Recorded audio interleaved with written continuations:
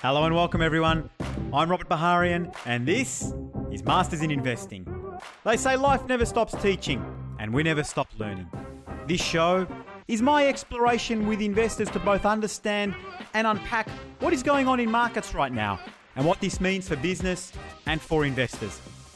Please don't forget to subscribe and leave us an awesome review. Let's get into it. My guest today is Ross Palazzesi, Managing Director of Metricon Homes, Australia's largest home builder. Ross and I talk about the headlines that you and I are reading in the papers today and have been reading over the course of the last 12 months.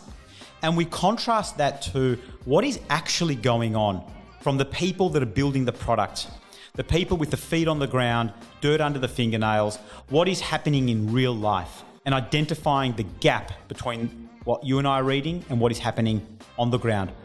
We talk about the driving factors of property today from a pre- and post-COVID world. We talk about the risks that are emerging because of that. We also talk about the long-term prospects and outlook for property as an asset class, both for owner-occupiers and for investors as well. Ross provides some fantastic insights in our conversation today. So listen in, and I hope you enjoy it. Robert Baharian is the founder and CEO of Baharian Wealth Management, AFSL 526798. The information contained in this podcast may include general advice and does not consider your particular circumstances. You should seek advice from a registered financial advisor who can consider if the general advice is right for you. Ross Palazzesi, welcome to Masters in Investing, and thanks for joining me today. My pleasure, Robert. Excellent. Ross, I want to get straight into it. 12 months ago, the property market was quite hot. COVID hit, the pandemic hit, and what we saw from there was basically the property market coming to a standstill and a halt where people just didn't know what was going on. And so what that meant was they took no action. And there were so many experts at the time predicting what was going to happen to the property market, the collapse in prices, unemployment skyrocketing, so on and so forth. Fast forward 12 months from then, the market is nowhere where people had predicted. The government obviously stepped in really quickly with measures that we haven't seen before. And rightly or wrongly, whatever the government did, we are where we are, and it appears to have worked quite well. What's your take, Ross, being in the game that you're in and the line of business that you're in? What's your take on the forces, if you like, that are pushing this market to where it is? Because we're seeing huge gains in prices. You know, I mentioned to you before, I was up in Byron Bay last week for a week, and prices are going absolutely berserk there. Yeah. Huge double-digit gains in a matter of months. Can we talk about what you're seeing and what your point of view is on what's driving the market at the moment? Yeah, well, I think COVID, in actual fact, has been the difference. It's been because I think what's actually happened is that, first of all, shut everything down and then let everything go. But in terms of that, though, you know, the big issues have been cheap money, lots of it. The banks, you know, they loosened up their lending restrictions, and they're still doing it, by the way, which is amazing because I would have thought it's a bit hot at the moment. So, you know, that's been a major impact. But the other one, which particularly in our industry, which is obviously houses or new homes or even houses full stop, has really been this notion of working from home.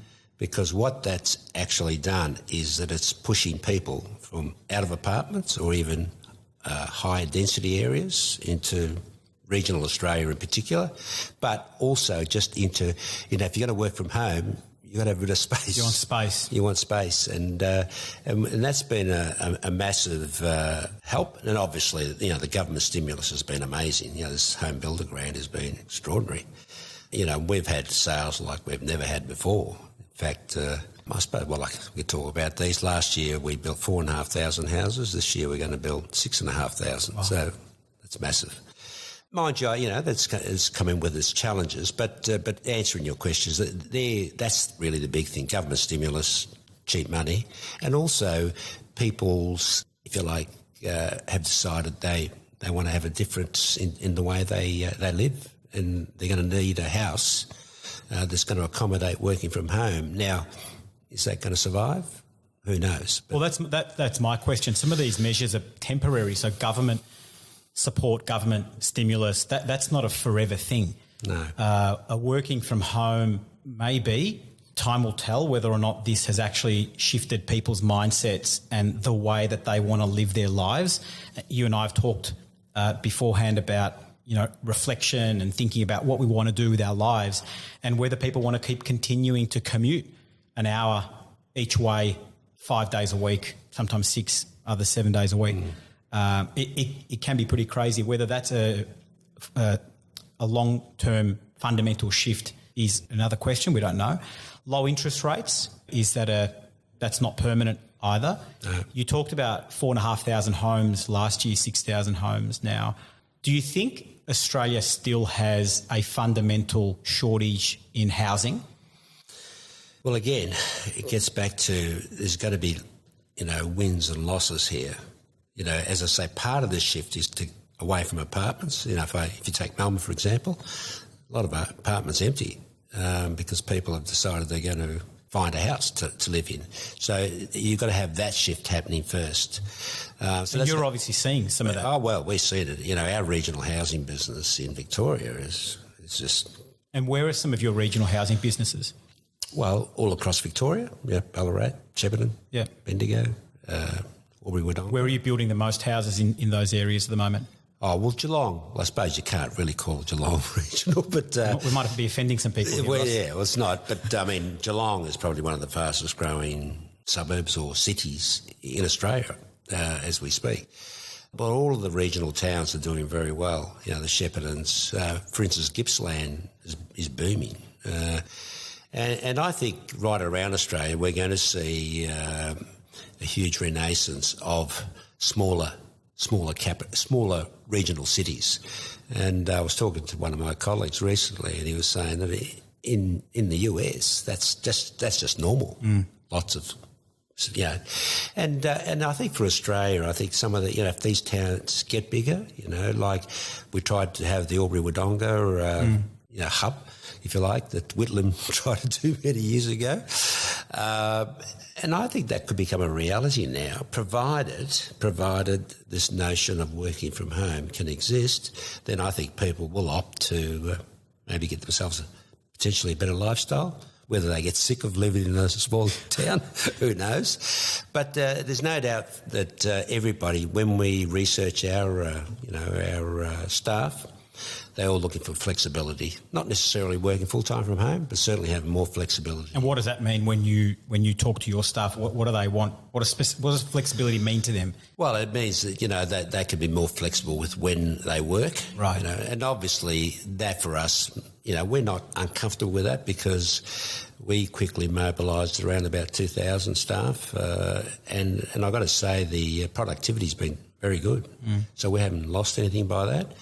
And as somebody explained to me, if our staff are happier, they're going to work better, your productivity is going to be better. So someone had to explain that to you, Ross. That's right, exactly. So it's hard to work against that. Now, our concerns are more cultural. In terms of, for us, teamwork is very important, and obviously creative people, they need to be face to face. But interestingly, one of the things we did, we actually spoke to an architect, a commercial architect, and they're planning new offices as we speak. And this was about a lady, and she made a point that seems like should be pretty normal, which is where we start is we ask you, well, what is your business? Then we design an office around that. Which, and I'm not too sure whether that's the normal way people go about this. First of all, they design an office and they put the people in there, which is sort of counterproductive or can be counterproductive. Yeah, so anyway, I think this whole area, I think it's going to have legs though, Robert. I don't think it's going to go away, but equally I don't think everybody's going to be working from home. Yeah. I'm a big picture person, and so when you talk about that, and then you and I sit here, and I'm staring outside into Melbourne CBD right now and you just look at all the cranes that are out there literally as we speak, what the hell are these people doing? What are these people building? Well, I think they're finishing off things. But because there's no doubt there's been a rethink. I have no doubt about that. I think COVID, apart from, the flexibility, you've had a lot of time to think about your own quality of life. And there's no doubt that spending 2 hours on a motorway is not a great lifestyle. Yeah. Now, I know that's not the only thing, but also, and probably I shouldn't say this in terms of, women working at, it's been difficult where they've got a lot of responsibilities, so their ability to take their kids to school and come to work. So I think as an employer, we're looking at all those things. We're thinking, well, God, let's be flexible. That's really the big thing out of this is the flexibility and ensuring that you've got a happy workforce that and looking at the, if you like, the end result, which is your productivity rather than hours worked or when you start, when you finish. And so when you talk about regional areas doing really well and people moving out to regional areas, etc., why is it then prices here in Melbourne, in a city, the classic suburbs continue to grow as strongly as they've ever grown, certainly for a number of years now? Because someone needs to be buying and someone selling for that transaction to happen. Yeah. And if there are all these things going on at the outskirts in, whether it's in Ballarat or wherever it is, who are these people that are buying? And you may not know the answer to this, but I'm curious as to your opinion of it. But who are these people that are buying now and paying significant premiums from 12 months ago? Maybe that house was not for sale 12 months ago. Well, are people capitalising on strong prices? Like, what's going on there? Yeah, well, remember, nothing happened for about 8 months because everything was locked down. That's right. So there's a big catch-up because, nothing was happening. Then, of course, you've got expats who want to come home, and they're going to buy. And I think that's going to be one of the interesting things out of this. I think Australia and New Zealand are going to be seen as safe places in the world. Because this has been a hell of a scare, I think, for all of us. I mean, let's face it, we've never experienced anything like this before. So I think Australia's going to be a place where people are going to want to be. And certainly we've had a lot of people, leaving other parts of the world, coming home as part of it. But obviously that's going to run its course, and, I know coming up the lift is that immigration has been an amazing force, particularly in Victoria, but right around Australia in terms of what's sustained, because population increase is what really feeds the whole housing market, as well as obviously affordability of the finance. But if immigration doesn't happen all too soon, I guess at some point in time, logic would tell you that, what's happening at the moment is obviously more demand than supply. Sure. And also I think the other thing that has happened is that there's probably not as much, so much on the market as there would have been normally. But I think it'll catch up and it's starting to catch up because everybody's saying, well, I'll hook into this price thing. But the cost of money is, we've never experienced. Do you think that's the biggest driver? I think it is, yeah. Because look, at the end of the day, it's what's making it affordable. But eventually that's going to run out of steam because what it's also doing at the same time is driving land prices up, house prices, the cost of labour's going up, cost of materials. Is the cost of constructing houses, Ross, going up? Yeah, it is, yeah. Oh, yeah, very much so. Yeah, and that's going to be a big challenge. And what is it? Is it material? Is it labour? What is it? Is it all of the above? All of the above. Right. Labour and materials. It's all in short supply. And that's going to be a challenge for a certain period of time because, again, we've pushed, this whole volume in a very short space of time. Admittedly, one of the things the government's done just in the last day, 2 days, they've extended the time when you have to start these houses by a further 12 months. So we've got now 18 months. That's been a great move because that's taken a bit of the pressure valve, or let it off a bit and let a bit of steam off because that could have sent a lot of people to the wall because you mightn't be able to do it, which means your client was going to lose the grant, and of course. that wasn't going to be a pretty story. And are you limited by your ability to be able to deliver on projects?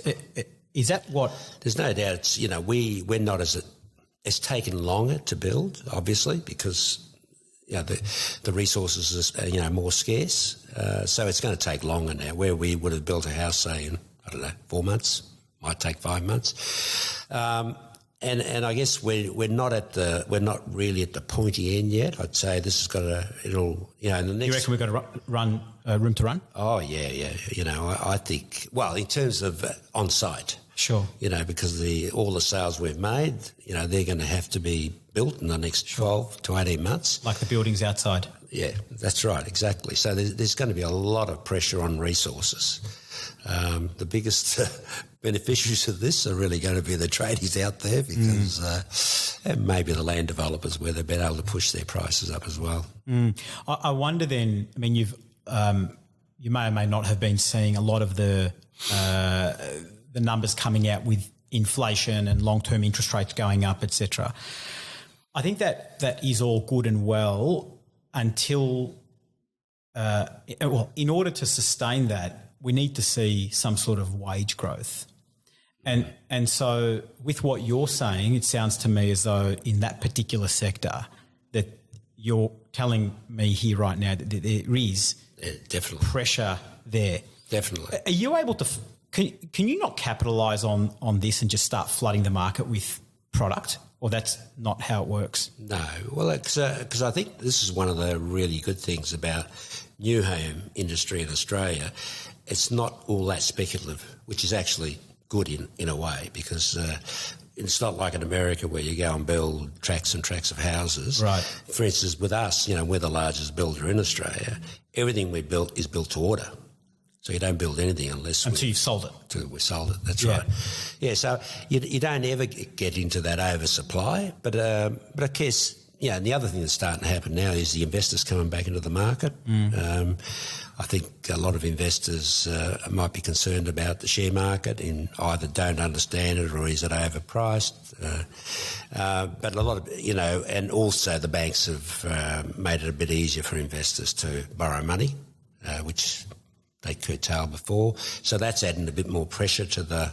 And you're not seeing that as a problem when you come to settle properties, for example. Are you seeing anything that might suggest that there's, with obviously JobKeeper finishing up and employment issues that are going on, are you seeing anything there that might cause you concern? Surprisingly, no. But I mean, it's early. We're only into April. Yeah. So there's a bit of time to play out yet. But no, it's been amazing. We haven't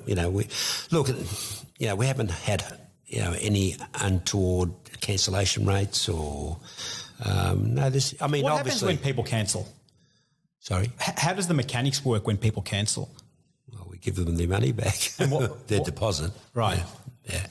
But no, look. But there's very little of that happening at the moment, mainly because, especially anybody that's on the home builder grant, I mean, they're not going to give away that $30,000, whatever it is. And presumably they would have paid you a number of months ago. Yeah, but mind you, normally, they're not big payments. We take $2,000 initially and then 5% of contract signing. But by the time you get to contract signing, everybody's committed. You've already bought a block of land or et cetera. So it's not such a big deal then. I guess maybe where I was going with that was some of these people may have just by sheer luck have already built some equity in their property. Is that? Some of them would have. The people that got in early for sure, because land prices have definitely gone up, house prices have definitely gone up because all of those things have been moving very quickly. So the ones that have got in really early at the beginning of, if you like, COVID or just pre-COVID are doing very well. Thank you. And I guess if you're at the tail end of this, who knows? But I can't see, unless we have interest rates going through the roof quickly, which I don't see, or unemployment falling off a cliff, which I don't see.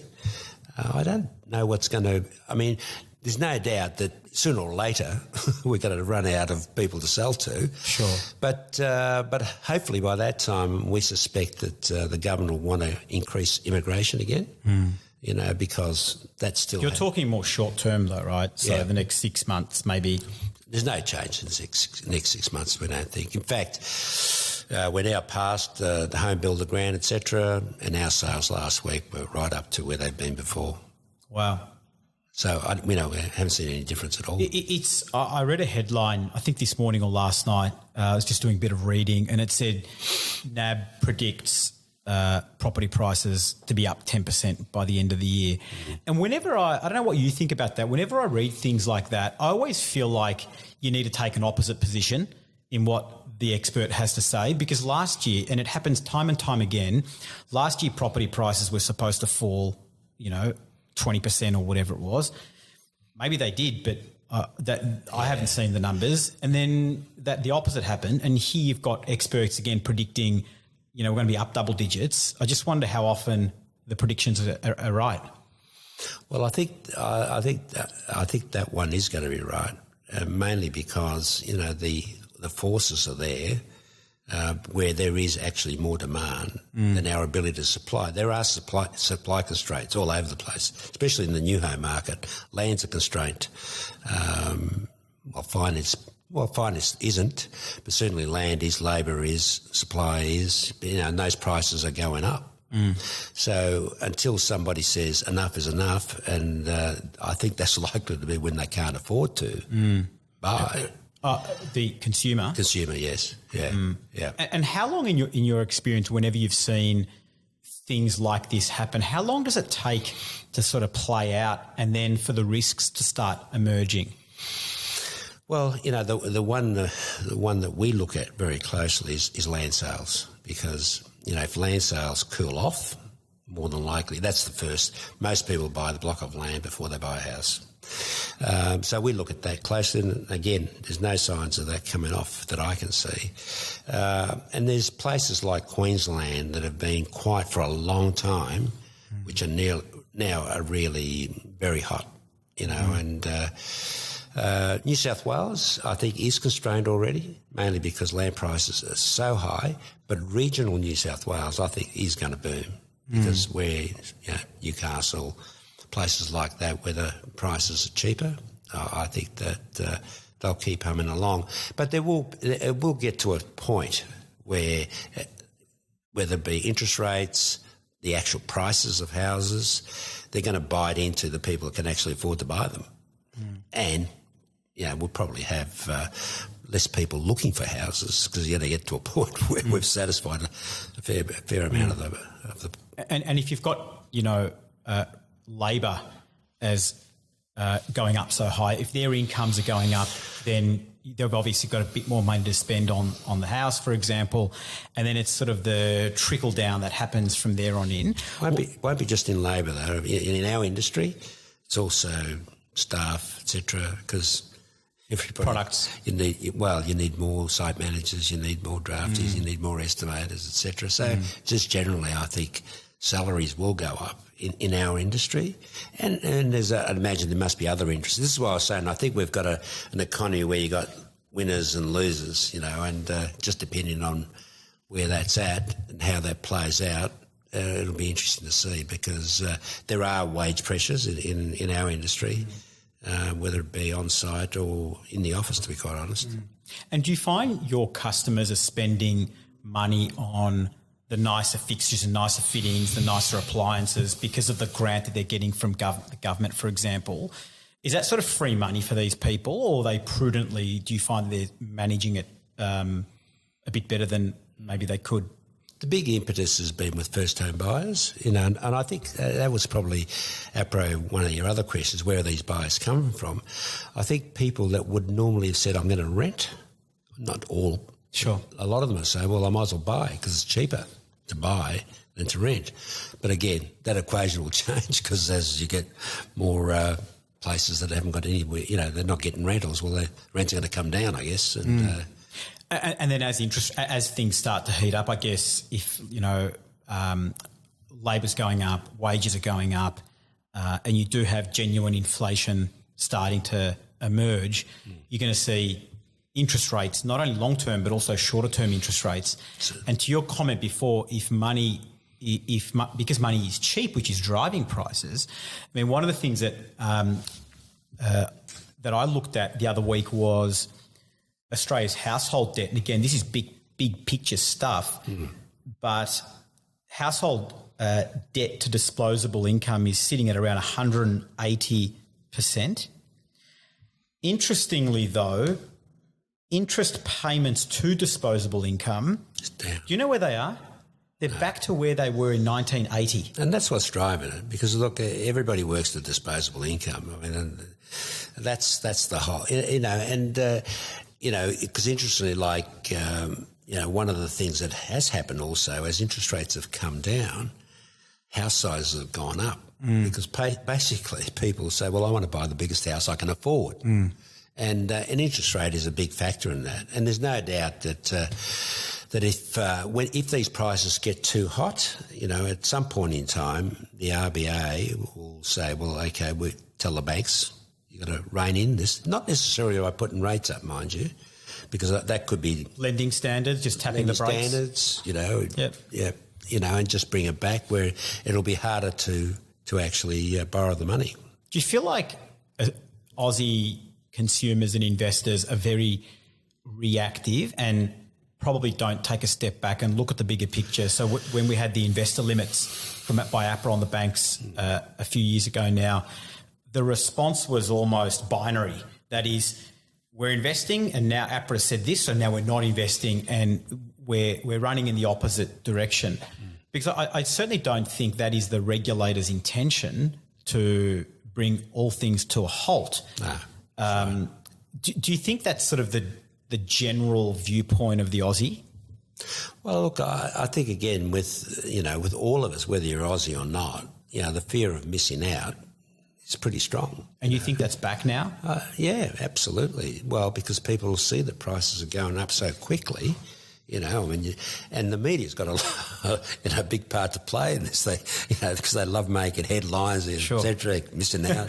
So it's, but look, but that again, that'll run its course for sure. Every time this has happened, and it's when prices just get too high, and people say, well, for a start, I can't get a loan. Nobody will lend me the money. But I think, and apart from that, obviously, it will be about the security of their employment, etc. And I guess that's, to me, the bigger part of the bigger picture is what is the Australian economy going to look like, in the next 3 or 4 years? Because if you start having a look at the figures now, unemployment's coming down. They're even talking about fours. And if you get that sort of thing happening, well, then I think we are going to get wages growth. The reason why I think we haven't had that is because really it was pretty flat before all this. Now, it's been flat for years. For years, that's right. Now, if this causes a new renaissance in the Australian economy, because I guess now we all don't know where this vaccine's going to go, etc. But you'd think the sort of opening up to the world again, it's going to be important for Australia one way or another, getting people back here. I mean, we haven't got the students coming back. I mean, that's massive for our universities, etc. So there's a lot to play out, that we're sort of doing well without a lot of those things at the moment, which is quite amazing. And really. So what you're saying is if those other factors do come into play, that's going to be a big boost to where we already sit. I would think so. Yeah, I mean, unless I've got it dramatically wrong. I try and keep it simple. It's all about the economy, stupid. Yeah. And largely it is. And so where do you think, Ross, we're going to be in 3 or 4 years' time? So we're 2021, 2023, 2024. What do you see happening? What's going on? Well, as I say, I think out of this whole COVID thing, I think Australia is going to be seen as a safe place to be, either to invest, to live, all sorts of things. Which is the same story from... Yeah, but I think more acute now than it's ever been. It's an island. We've proven that we could handle COVID, because let's face it, a lot of the world's still struggling with this thing. It is a long way away from everything, but again, we're very close to Asia, which is a huge part of the economy. It looks pretty rosy to me. I can't really see what's going to really derail the whole thing, because I think, we're going to have people wanting to come to Australia. I've got no doubt about that, and we need, like right at the moment, if we want to be able to accommodate what the demand is out there, we need skilled labour more than we need anything, I would think. So to me, it's about the economy. If interest rates go through the roof, I mean, that'd be a disaster. I think everybody. But why would it be a disaster? Would interest rates not be? Would interest rates going up not be a reflection of the economy of itself? Yeah, but the only problem, I think, Robert. Well, again, I'm putting it in terms of housing. Sure. The big problem now is that we've got very large loans, and any small increase in interest rate has a huge impact, as it does the other way. As they've come down. That's right. So the challenge will be is if we have a whole lot of stress, and people being able to pay their mortgages off, that'll have a big impact on what disposable income, which I guess is the thing that drives the economy largely, isn't it? And most people will try and protect their house before anything else. So of course, they spend it all on their mortgage. Yeah, there's not much left over to spend on anything else. Yeah. I know that's a simplistic view of the world, but no, I think you're right. I think most people, with the arrangements that the Australian banks have, which is seizing property, I think most people get it. Like, they just need to protect their home, and most people, if not all people, well, I should say most people, will dial up and down discretionary spending to safeguard their largest asset. It's true. And the other thing too, probably, which is interesting in the question you asked before, is that people have been talking about this crash in property for as long as, I'm 75 years old, and I think I've been hearing it for the last 50 years. But it's never really happened. We've had sort of pretty big hiccups, but in the main, housing in Australia has been stable, mainly because of population increase, and I think, depending on, I guess, where you sit, you'd think a country like Australia has to have immigration if it's going to keep its its wealth creation intact. And so for you in the property game, that results into people needing to live somewhere as well. Exactly. And the other point that I made to you is that, see, Australia is not a country where, as developers, for all sorts of reasons, speculate. Whether it be our business or high rise, even the banks, you've got to have 80% sold before you get any money. See, that's not the common belief or understanding. People are of the view that the property game is highly speculative. People are of the view that property development is highly speculative, but you're saying that's not the case. No. And can you just explain why that's not the case and why it is a conservative play? Well, again, because the banks here I think, do a really good job. If you're borrowing from a bank, they want to see before they'll give you any money, you've got to have the sales. It doesn't matter whether you're developing land or you're developing a high rise. They want to see sales, and you get companies. Most of the builders in Australia, what we call contract housing builders, which means they don't build a whole lot of spec homes. They only build to order, and this is very different to any other country. Or, well, maybe the States. The States do have more speculative type arrangements because they've got much bigger economies and much bigger population, whereas I think in Australia we've got sort of a self-governing system whereby if people don't are not buying, well, we stop building. It's really interesting you say that. I spoke to Scott Keck, I think it was during COVID, so maybe back end of last year, and he was saying the same thing. We have a self-governing process that means that if it's not sold, we don't develop. You don't build. We don't build. And it's actually quite simple, but I suspect it would be somewhat more complex beneath that. But at the end of it all, if you're not selling, you're not building. No, absolutely. See, for instance, we look at, in terms of the way we manage our business, we look at our pipeline. I mean, if it's, getting bigger, well, we know where that's going. If it's shrinking, well, and the good thing about it is you've got time to adjust. Whereas if you're speculating, the stops are stops and you've got all that stuff on the ground, well, you just got to get rid of it somehow or another. So I think we've got good controls, and that's why I don't really see the property, the real property bust thing here in Australia, because I don't know, unless everybody decides they're all going to buy 3 houses each and they don't need them anymore. But, and there's no doubt a lot of people today are talking about having a holiday house, probably they're going to work from, in a bolt hole in the city. Yeah, and what was really interesting during COVID, because I agree with your comment, is there were so many properties up for sale in and around inner city, and people were of the view that no one's going to buy, but inevitably what happened was people bought those houses, bought those properties, and whether it was a bigger property or whether it was a property that was closer to the city or whatever the case may be, I'm not sure, but there appears to always be to me, there seems to be not really a solution, but something always kind of comes in and backstops it. Yeah, if you sort of think about it that way. Does that make sense? Yeah, but I don't think we've ever had a huge oversupply. There might be a temporary one, but I must admit, it's hard to see because of the way that we actually build new stuff. Whether it be now, one of the things obviously is that, when we're getting a lot of international investors, in particular from Asia, buying stuff that was speculative. And where were they buying, Ross? Mainly apartments, but, also from us, we were selling. And what were they buying from you? Houses. Whereabouts? Mainly in west of Melbourne, like Point Cook, etc. But that all stopped because, China decided that money wasn't coming out anymore. But I'm sure that at some point that'll open up again as well.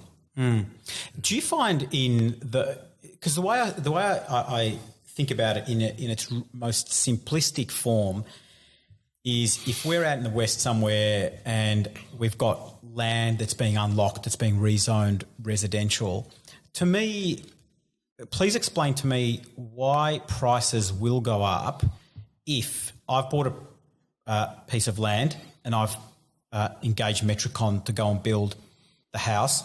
I then decide that I want to go and resell it. Why would someone pay me a premium for my house when there's a whole new estate being built out there? I've just never really understood the mechanics or the system as it relates to more... price increases in land? Price increases in land, but probably price increases in products that are not restricted. So, for example, if I go and I guess it is land, because if I want to go and buy, there's not much land in the inner east, for example. And so naturally what happens is people want to pay more and more and more and more until it stops at the highest bidder. It's as simple as that because there's no more land. Yeah. Whereas if I'm heading further out, greenfields, there's just, like, to me, there's unlimited land. What am I missing? It's not unlimited. I mean, it is limited. But remember, it's the cycle, is that all land developers sell ahead of actually construction. And what happens then is that if they're getting undue demand, well, they'll increase their prices because they can. It's no more complicated than that. Up until the point in time, and because, we do a bit of land development in Israel, and I keep reminding my colleagues that we've got to sell houses onto these blocks of land, so take it easy on them. But look, that's what happens because they can... and this is where the governments have got to be very careful about how they do the stimulus, because if it all ends up with the land developers, rather than in the pockets of the consumer, in other words, if you've had to, by given these things, it pushes the price of land up, pushes the price of the house up, well, it can be a bit counterproductive. But presumably, though, if you've got an existing dwelling and you've got new land being sold or unlocked over here, that the price here they can only sort of... Oh, yeah, absolutely. They need to remain somewhat in parity, right? Of course. Oh, yeah. No, you wouldn't be able to sell an existing block of land, for instance, at a bigger price than, the ones that are selling at the moment. Obviously, the consumer's always going to buy the cheaper block.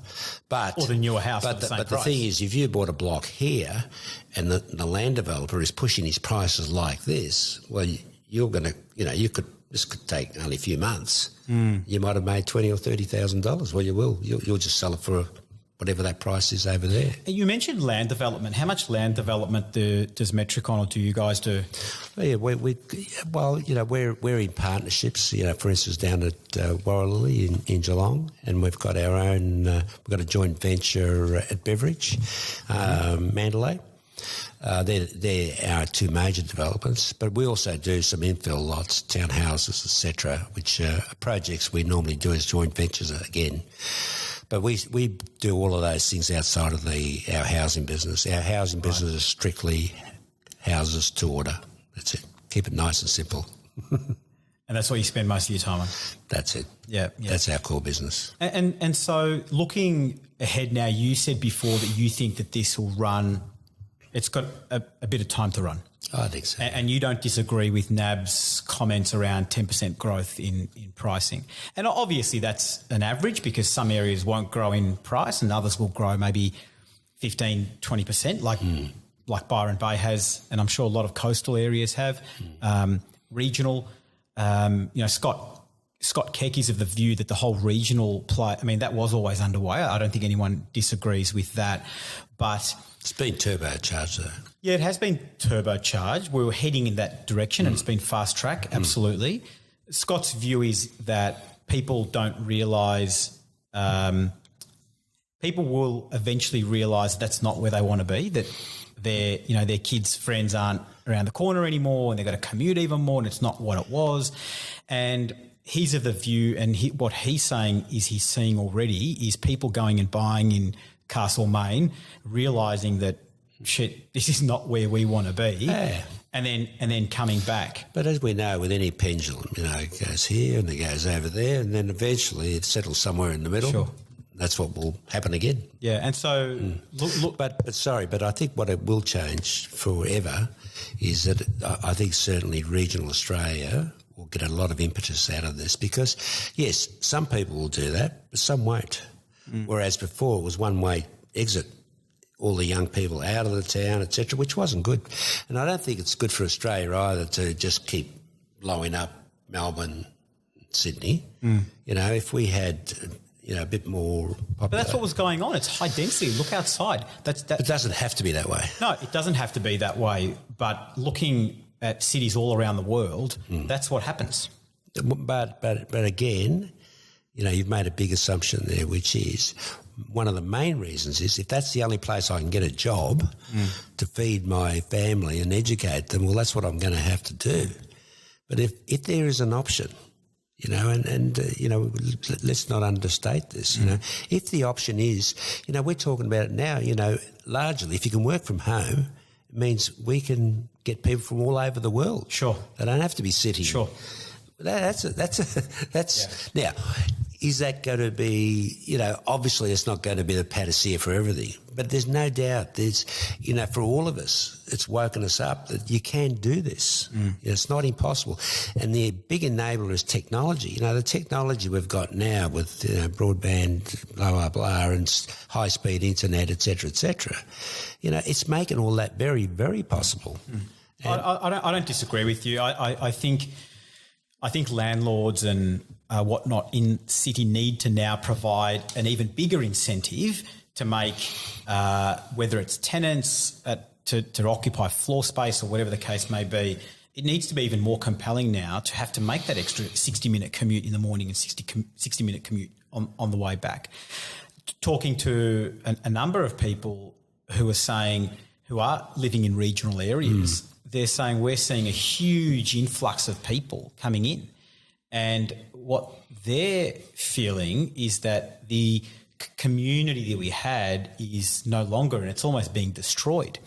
And what they're finding now is they're now selling up and moving even further out. So this concept that you talk about this whole regional boom or these cities outside of Melbourne CBD, it appears as though that's naturally happening. But I think we need, yes, technology helps with work and so on and so forth, but also the infrastructure needs to be there for accessibility, to be able to do other things beyond just work and sleep in your new home. So there's so much to do, whether it's to do with town planning or whoever it is that manages these things to make these places livable and enjoyable, not just for the weekend. But you can't make them livable unless you've got population. Because correct, to afford it. I think now, because as I said, Robert, at one stage we tried to do it artificially with the Albury-Wodonga Development Corporation, et cetera, but the thing is, people didn't want to go there. But now the difference is that if I can go there to live, but I can work somewhere else, well, again, the employment is the big one, because obviously most people have to go to work. Now the question is, what is the nature of employment? Can I work remotely? Because reading a lot of articles on this, I mean, remote working is not new either, but COVID, I think, and technology as an enabler has exemplified or amplified that it actually can be done. What we don't know is what is the impact on us as an organisation, culturally, and how do we deal with all that? Yeah, which we're all reckon we're all going to come up. And that's your pendulum as well, that your organisation's culture is going to swing from one and it'll find its... Because, a lot of people are saying that the employer of choice is going to be the employer who's a lot more flexible than the other one. Yeah, I don't disagree with that. Your comment before about the whole working from home and with what you're doing in your game, are you seeing people design houses differently than what they may have? Oh, there's no doubt. I mean, because if you're going to work from home, obviously the working environment there is critical. So, it can't be the kitchen table, it's well, unless you've got a very nice kitchen table, but, the whole ergonomics, I suspect that most people will want a room with good light, access to fresh air outside, et cetera, et cetera. So space is going to be, the right space is going to be at a premium. And we're currently redesigning our houses to, where the home office, if you like, because it's not necessarily just for one person. No. It could be two. Yeah. And if the kids are going to spend more time there, it's a whole different world. Now, again, it's not going to be totally like that, but there's going to be a much bigger element of that, I've got no doubt, because, I can only talk that, in terms of at least 50% of people have loved it. The humble study is making a comeback to actually become a real study. A real study, But again, you need good ergonomic desks, etc. You need a very good internet, etc. Sure. And if you talk about land and property size getting bigger before. It's interesting to sort of reflect on. You drive down the beach and you've got, little old shacks on huge blocks of land, which that used to be the norm. That used to be a couple of bedrooms and, properties weren't really that big decades ago. In the 60s, for example, 50s and 60s. And properties have, and I'm sure you've seen this, I'm curious to see where you think it's going to go, is that they've gotten a lot bigger than what they were. And you see new blocks of land now pushing right up to the edge of the boundaries, trying to get as much property on the land as we can. Yeah. And now this whole concept of working from home and, well, now I need my own separate space. It needs to be here. It needs to be there. It needs to be this size and whatnot. And yet again, we're going even bigger again. Yes. Is that and naturally occupying more and more and more land space. I mean, in and around sort of our area, councils have put restrictions on how much footprint can be on a block of land. As there is in most. Yeah. And so how do you then manage that with people wanting bigger and bigger homes, councils pushing, because people are going this way, councils are pushing the other way. At the end of the day, the council makes the rules. So they do, yes. So we've got to abide by the rules. But mind you, Robert, I think that's been time. Look, my experience has been people want the biggest house they can afford, and they'll actually sacrifice a block of land. They'll buy a cheaper block of land to put a bigger house on it. And a cheaper block of land means a smaller block of land? A smaller block of land, for instance, the if you like, the sweet spot in, well, pretty well all of Australia is 12.5 metre lot. It used to be a 15 metre lot frontage. Sure. 600 square metres or whatever. And now it's, maybe 400, getting smaller, 350, 250. But look, human beings have always loved spaces and will always love space. It's a luxury, and that's the reality of it. Nobody wants to be shoehorned into a little box, and I think with COVID, where people have had to, work in very confined areas, I think it's brought it home. It's okay if you can just use it just to sleep, but if you've got to work there as well, it's a different story. It's a and so, are you seeing people when designing, their homes and whatnot? Outdoor space has been a big one. Talking to a lot of people who are living in apartments during COVID, it was really tough, right? Like you can't get out and get some real fresh air, and having the luxury of an outdoor backyard, it's classic, the Aussie backyard and front yard. 100%. Are people still wanting this stuff? Or even more so. More so. See, working from home, look, and we've always tried to integrate, if you like, the outdoors with the indoors. I mean, because that's how Australians like to live anyway. But I think now, if you're going to work from home and pretty well you're living there all the time, it's even more important that is really well designed so that the rooms that you use a lot, it used to be just the kitchen family room area, now it's going to be the study as well. They have to have good air and ability to have a small garden out there, if you like, and breathe properly. Which, look, I think is actually quite exciting. It's, to me, I don't think it should be anything we should be worried about because, look, one of the beautiful parts about living in Australia is to be able to live in a house, I know that apartment is an in thing, but let's face it, one of the, people that actually come to Australia, I know as a migrant, being able to live on a big block of land with nice grass and all that, only the rich people could afford to do that. And even a lot of migration from Asia, having lived in almost shoebox apartments, coming here and having a piece of dirt to put your feet on is... so hopefully we never lose that, but who knows? Time will tell. Time will tell.